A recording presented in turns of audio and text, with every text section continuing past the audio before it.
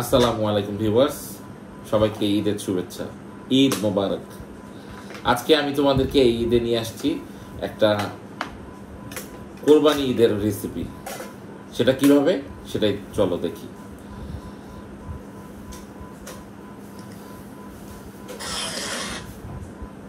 দেখো, প্রথম থেকেই ভালো করে খেয়াল করে দেখো রেসিপিটা আমি কিভাবে তোমাদেরকে দেখাচ্ছি। এখানে পাওয়ার সুইচটা চাপ দিলে আমাদের জেমিনি অ্যাক্টিভ হয়ে যাবে।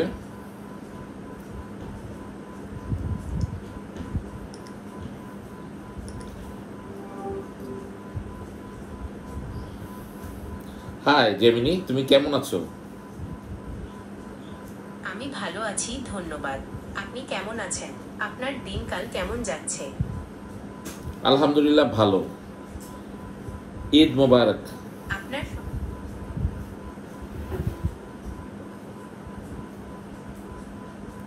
আলহামদুলিল্লাহ, আমিও ভালো আছি। আপনার সপ্তাহটা কেমন কাটলো? কোনো মজার ঘটনা থাকলে বলতে পারেন। না, তুমি আমাদের কোরবানি ঈদ উপলক্ষে একটা রেসিপি দিয়ে সাহায্য করো।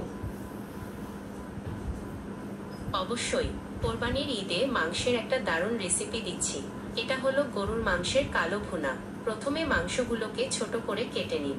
তারপর আদা, রসুন, পেঁয়াজ, হলুদ, মরিচ, জিরা, ধনিয়া গুঁড়া, গরম মশলা এবং সরিষার তেল দিয়ে মাংসগুলো মাখিয়ে নিন।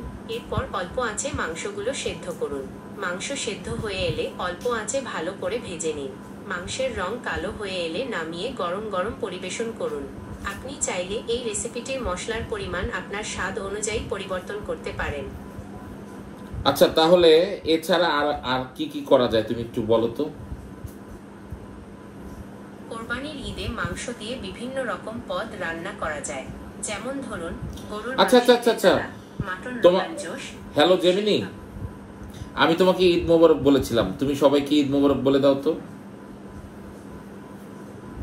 আপনাকে এবং আপনার পরিবারের সবাইকে ঈদ মোবারক। ঈদ মানে আনন্দ, ঈদ মোবারক। খুশি। আবার দেখা হবে তোমাদের সাথে।